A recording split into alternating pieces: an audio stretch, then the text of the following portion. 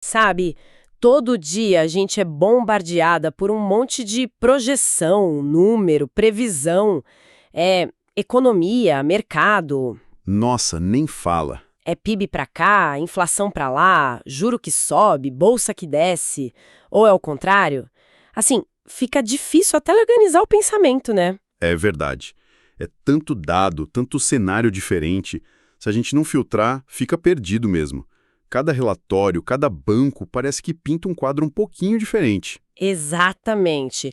Por isso que a gente está aqui hoje. Vamos tentar mergulhar nesse mar de informação e, sei lá, encontrar algum sentido. O tema é esse mesmo: analisar em detalhe as projeções econômicas, financeiras para os próximos anos, tipo 2025 até 2028. A ideia é botar ordem nesse fluxo. E olha, o material que a gente juntou é bem rico, viu?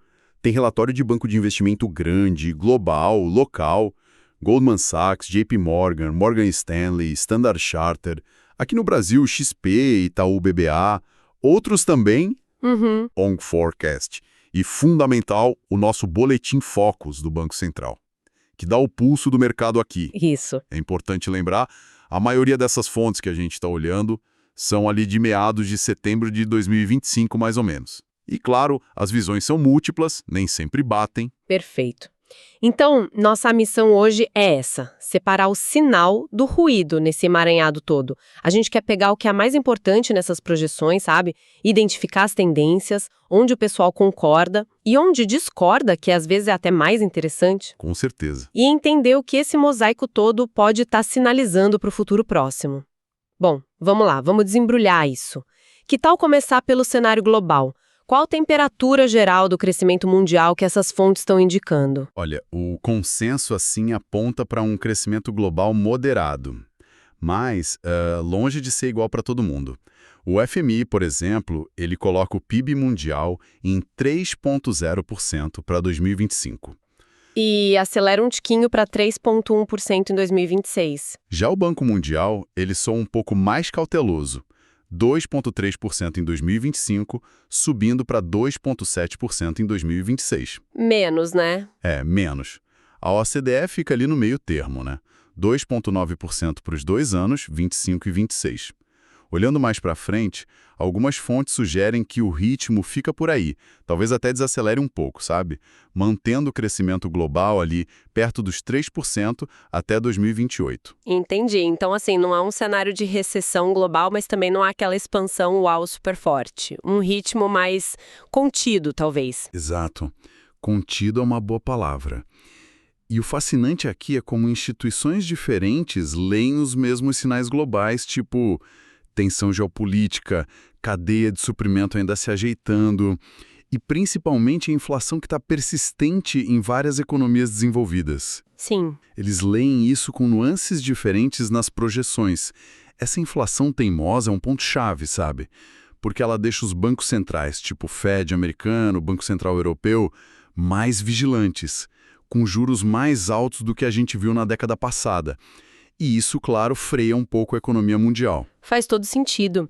E quando a gente olha para os motores individuais dessa economia global, como ficam as projeções para Estados Unidos, China, zona do euro? Nos Estados Unidos, a moderação também é a palavra. As projeções variam um pouco, mas ficam geralmente entre 1,4% e 2,2% para 2025. O FMI, por exemplo, está com 1,9% em 2025 e 2,0% em 2026. É positivo, mas está abaixo da média histórica recente dos Estados Unidos, né? Reflete o aperto de juros que já foi feito. E a China?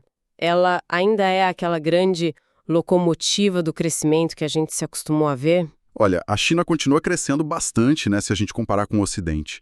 Mas o ritmo é claramente mais lento do que nas últimas décadas. O FMI projeta 4% para 2025. 4. E uma desaceleração gradual depois, talvez chegando a 3,4% lá em 2028. Outras fontes também vão nessa linha, embora algumas sejam um tiquinho mais otimistas para 2025, ali na casa dos 4% a 5%. A questão imobiliária lá dentro, a busca por um novo modelo de crescimento, tudo isso parece pesar nessa desaceleração mais estrutural. Interessante essa mudança de marcha na China. E a Europa, como fica nesse quadro todo? A zona do euro parece que está enfrentando um cenário de crescimento mais lento mesmo. As projeções para 2025 ficam ali em torno de 0,9%, 1,2%, e a recuperação depois é vista como bem gradual, talvez batendo 1,4% em 2028, segundo algumas fontes. Questão de energia, o impacto da guerra na Ucrânia, a própria inflação mais chatinha por lá, parece que pesa mais para eles. E aqui vale conectar os pontos, sabe? Essa desaceleração chinesa, mesmo gradual, não é algo isolado. Tem implicações diretas e importantes para o resto do mundo, especialmente para países que exportam commodities como o Brasil. Claro. Menos crescimento na China geralmente quer dizer menos demanda por minério de ferro, por produtos agrícolas, afeta preço, afeta volume de exportação.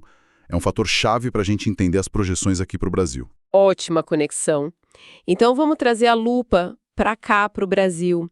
O Boletim Focus, que junta a mediana do mercado local, né, com dados agora de meados de setembro de 2025, ele é a nossa principal referência aqui. O que ele está desenhando para o nosso PIB? O Focus sinaliza um crescimento, vamos dizer, modesto e relativamente estável nos próximos anos. A mediana para o PIB de 2025 está em 2,16%. 2,16%. É. Depois, dá uma freadinha para 1,80% em 2026, aí recupera um pouco para 1,90% em 2027 e 2% em 2028. São taxas positivas, claro, mas ficam abaixo do que muito analista considera o potencial de crescimento do Brasil. E a inflação, o IPCA? Parece que continua sendo uma grande preocupação, né, a julgar pelas projeções. Sim, a inflação ainda aparece como um desafio persistente. Fica acima do centro da meta por um bom tempo. A mediana do Focus para 2025 está em 4,83%. Quase 5%. Para 2026, a expectativa é cair para 4,29%, depois 3,90% em 2027 e 3,70% em 2028. Ou seja, a projeção só encosta no centro da meta, que é 3%, lá em 2027. Isso mostra que o mercado acha que a luta contra a inflação vai ser longa. Nossa. Já o IGPM, as fontes variam mais. Tem projeção para 2025 de 1,09% até 4,32%. Para 2026, fica ali perto dos 4,2% em algumas delas. Bem diferente. Com essa inflação teimosa, a consequência natural é a Selic continuar alta, imagino. Exatamente. A projeção do Focus é a Selic terminar 2025 em 15%? 15%. 15%, uau! A partir daí, a expectativa é de uma queda bem gradual. 12,25% no fim de 2026, 10,50% em 2027 e 10.000% em 2028. Outras fontes trabalham com médias para o ano, tipo 12,50% para 2025 e 12,25% para 2026. Talvez sugerindo um corte começando um pouco antes, mas mesmo assim, são juros bem restritivos para a economia. E o câmbio? O dólar fica nesse patamar mais alto, na casa dos 5,5%? A mediana do Focus aponta para uma relativa estabilidade do real, sim. Projeção de 5,50 no fim de 2025, subindo um pouquinho para 5,60 em 2026 e 2027 e 5,70 em 2028. Algumas outras fontes variam um pouco em torno disso, tipo 5,55 em 2025, mas até com uma leve melhora para 5,40 em 2028. Essa estabilidade projetada, mesmo com um cenário global desafiador, é um ponto interessante. E a lógica por trás desse cenário do Focus para o Brasil é relativamente clara, né? O Banco Central mantém a prioridade total no combate à inflação. Isso justifica a Selic alta por mais tempo, e esses juros altos têm um efeito duplo. Por um lado, segura o crédito, o consumo, o investimento, limita o crescimento do PIB, como a gente viu nas projeções modestas. Mas, por outro lado, um juro real tão alto atrai capital estrangeiro, né? Principalmente para a renda fixa. E isso ajuda a segurar o câmbio, explica essa projeção de estabilidade do real. É um trade-off, claro. Busca estabilidade macro, mas o custo é um crescimento mais lento agora. Mas essa atração de capital pelos juros altos não é meio frágil? A gente não fica muito dependente do humor do investidor estrangeiro, que pode mudar super rápido? Excelente ponto, sem dúvida. Essa é uma vulnerabilidade. A qualidade desse capital que entra é uma questão, né? Boa parte pode ser capital mais especulativo, de curto prazo, o tal do hot money.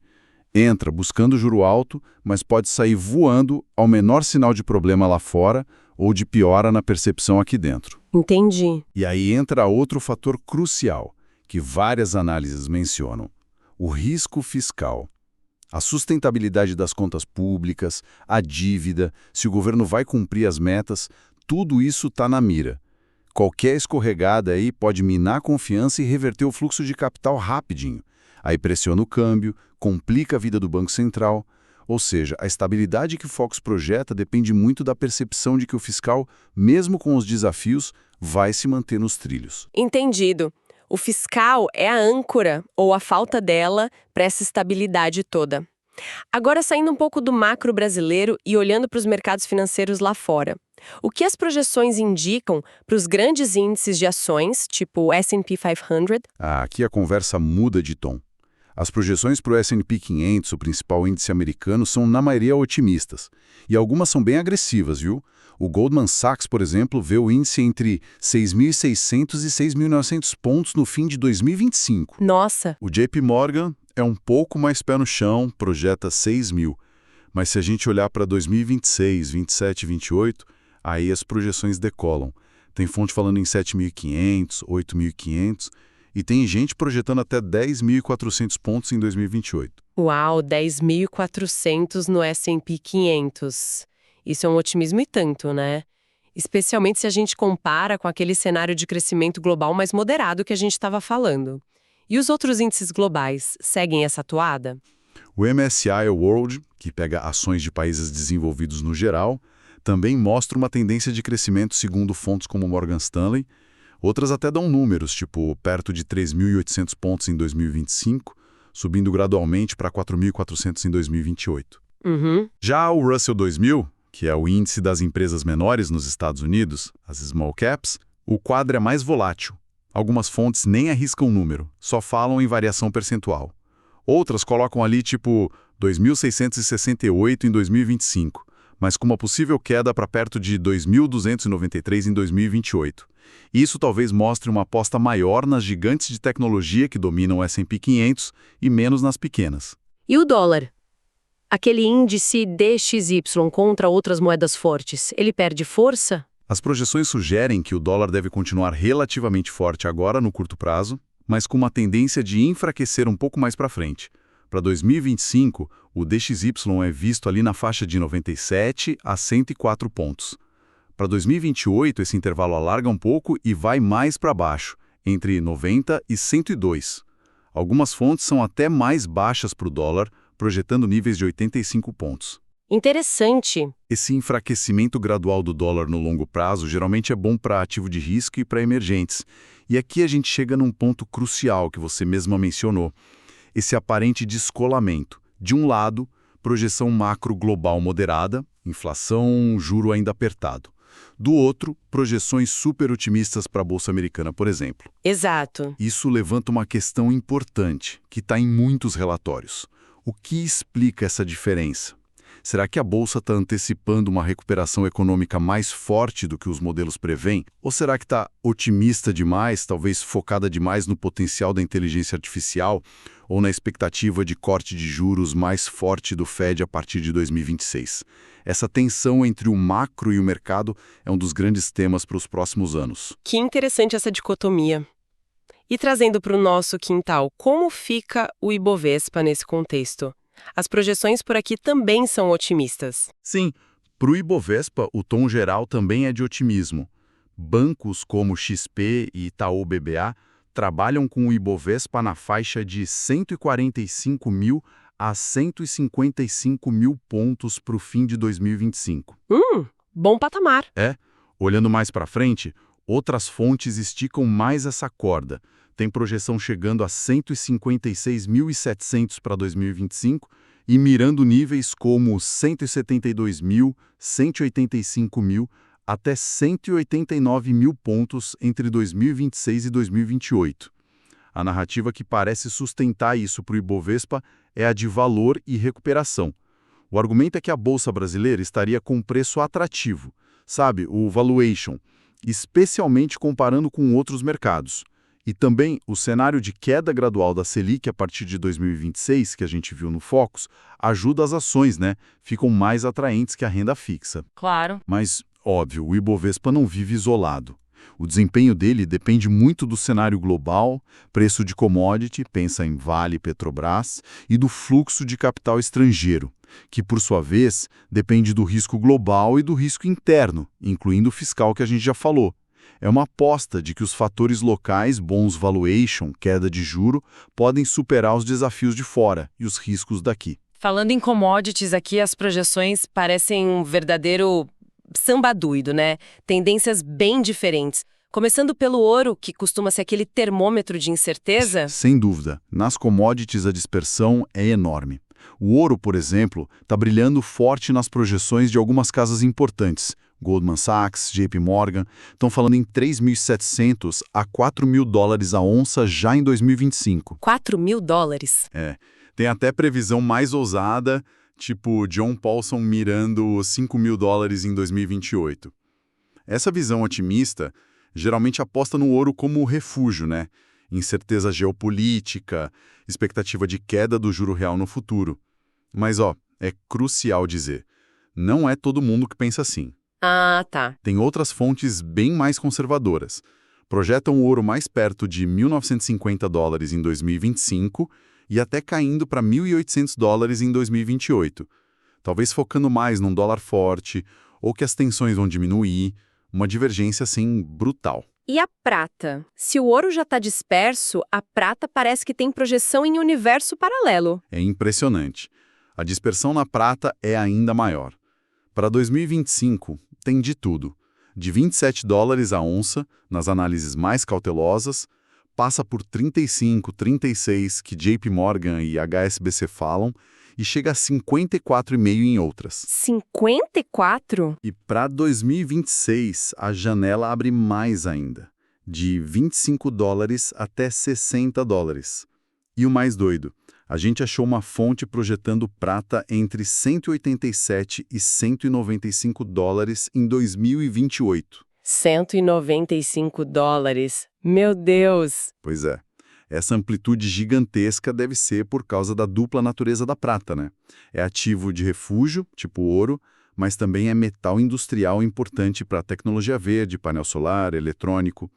As projeções variam demais dependendo da narrativa que o analista prioriza. É uma aposta quase binária, então. E o petróleo Brent? Sempre volátil. O petróleo também não escapa das visões conflitantes. Para 2025, as projeções variam bastante. De 66 dólares, tipo JPM, talvez esperando menos demanda global, até 78 dólares por barril, tipo Goldman Sachs, talvez focando mais na OPEP Plus segurando a oferta. Para 2026 e depois, a divergência continua. Uns veem o preço caindo para a faixa de 56, 58, outros projetam estabilidade ou até leve alta lá para os 73 dólares. É muito complexo. Oferta da OPEP Plus, produção fora da OPEP, demanda global ligada ao crescimento, geopolítica, prever isso é um desafio enorme. E o minério de ferro, que a gente falou que é tão vital para a nossa balança comercial, para o Ibovespa? No minério de ferro, a tendência geral parece mais consensual, aponta para uma queda moderada nos preços. Para 2025, os números ficam mais na faixa de 95 a 108 dólares a tonelada. Ok. Nos anos seguintes, a expectativa é de queda gradual, chegando a algo entre 82 e 90 dólares em 2028. O fator principal aqui é a China. A preocupação com a desaceleração do setor imobiliário lá, a transição para um crescimento menos focado em construção pesada, isso pesa na demanda pelo minério. Fica claro, então, como cada commodity responde a um conjunto diferente de fatores, né? Ouro e prata muito ligados a risco, inflação, juros futuros. A prata com esse componente industrial forte. O petróleo nesse jogo complexo de geopolítica, oferta, demanda global. E o minério de ferro fundamentalmente grudado na saúde da economia chinesa, especialmente na construção civil. Perfeito. E para fechar nossa rodada pelos mercados, não dá para deixar de fora os criptoativos, Bitcoin e Ethereum. As projeções aqui entram num território, digamos, estratosférico. E estratosférico indo o termo, o otimismo e a variação nas projeções para o Bitcoin são, nossa, impressionantes. Para 2025, a gente está falando de uma faixa que vai de $110 mil, 110 mil. passa por $135 mil, que o Standard & Chartered fala, e chega a $162.500. E se a gente olha para 2028, os números explodem. Tem projeção de $429 mil, $500 mil, Standard & Chartered de novo, Meio milhão. $750 mil e algumas previsões mais agressivas falam até em $1 milhão por Bitcoin. $1 milhão. É quase difícil de processar esse número. E o Ethereum acompanha essa euforia toda? Segue uma linha parecida. Otimismo e dispersão enormes. Para 2025, as projeções variam de $3.800 a $7.500 Standard Chartered. Para 2028, os alvos vão de $12.900 a $18 mil até $25 mil em algumas das fontes mais otimistas. Olha, aqui, mais do que em qualquer outro ativo que a gente falou, é absolutamente crucial ressaltar a natureza altamente especulativa e a volatilidade extrema. Essas projeções super otimistas refletem narrativas sobre a adoção institucional crescendo, o impacto do halving do Bitcoin, aquele evento programado que historicamente reduziu a oferta nova e precedeu altas, né? Corta a recompensa dos mineradores pela metade. Ah, sim. E o potencial disruptivo geral da tecnologia blockchain em finanças, em outras áreas. Mas, assim, o grau de incerteza é imenso. É um mercado movido tanto por tecnologia, quanto por sentimento, fluxo de capital, o que torna muito difícil ancorar um valor fundamental. Essas projeções são mais um reflexo do potencial percebido e do otimismo de alguns do que uma previsão com base em métrica tradicional, sabe? Ufa! Realmente, uma viagem por muitos números e narrativas bem diferentes. Se a gente tentar amarrar tudo isso, a gente tem um cenário macro global que inspira mais cautela, crescimento moderado, tem o Brasil numa trajetória de ajuste, crescimento baixo, juro alto para segurar a inflação, mas com uma certa estabilidade projetada nas contas externas, no câmbio. Exato. E, em contraste, tem um otimismo vibrante em certos bolsões dos mercados financeiros, como Bolsa Americana, especialmente tech, e de forma, assim, exponencial nos criptoativos. É uma síntese perfeita. Se a gente conecta tudo no quadro geral, o que surge é esse cabo de guerra que eu mencionei. De um lado, os ventos contrários macro, crescimento global mais lento, inflação que demora a ceder, o desafio fiscal no Brasil, a desaceleração chinesa.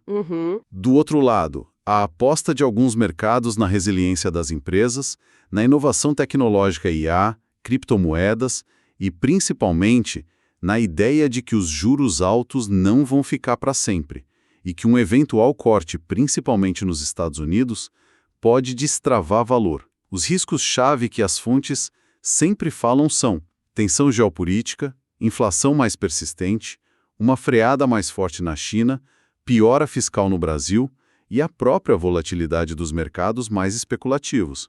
Claro. Mas, claro, onde tem risco, tem oportunidade. Refúgio como ouro pode ganhar com incerteza.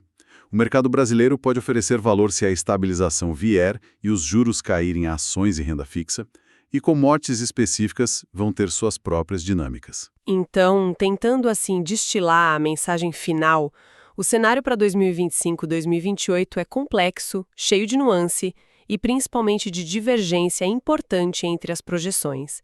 A gente tem um crescimento global morno, convivendo com expectativa altíssima para certos ativos.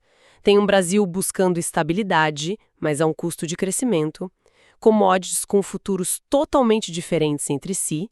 É um cenário cheio de se e mas. Exatamente. E talvez a decisão mais valiosa de analisar esse monte de projeções diferentes não seja achar a previsão certa. Isso é impossível. O valor tem usar essas projeções como um mapa de possibilidades, sabe? Um guia para entender os cenários, os riscos, as forças que estão moldando o futuro. É sobre entender os argumentos por trás dos números otimistas e pessimistas, identificar onde tem consenso e onde tem muita incerteza. Aquelas divergências enormes que a gente viu na prata, no Bitcoin, dizem muito sobre onde estão as maiores dúvidas e as maiores oportunidades ou riscos. Ou seja, usar as projeções como uma ferramenta para a gente pensar criticamente sobre o futuro e não como uma bola de cristal para adivinhar o resultado exato. Perfeito. E para encerrar com uma provocação, algo para a gente refletir a partir disso tudo, diante dessa aparente desconexão que a gente discutiu, o contraste entre a cautela macro global e o otimismo quase, sei lá, exuberante em alguns mercados de risco, como ações de tech nos Estados Unidos e criptoativos, qual dessas narrativas tem mais chance de prevalecer nos próximos anos? Será que os fundamentos macro mais sóbrios vão acabar puxando as expectativas do mercado para baixo? Ou será que a aposta na inovação, na recuperação e talvez um ciclo de juros mais baixos lá na frente vai continuar empurrando esses ativos para cima, desafiando a gravidade macroeconômica? Essa tensão entre o macro e o micro, entre a cautela e a exuberância, talvez seja grande história para a gente observar. Uma excelente questão para a gente ficar pensando. Muito obrigada por nos guiar por essa análise tão rica e complexa de projeções. Foi realmente esclarecedor. E assim, a gente encerra esta exploração das perspectivas econômicas e financeiras para 2025 e 2028.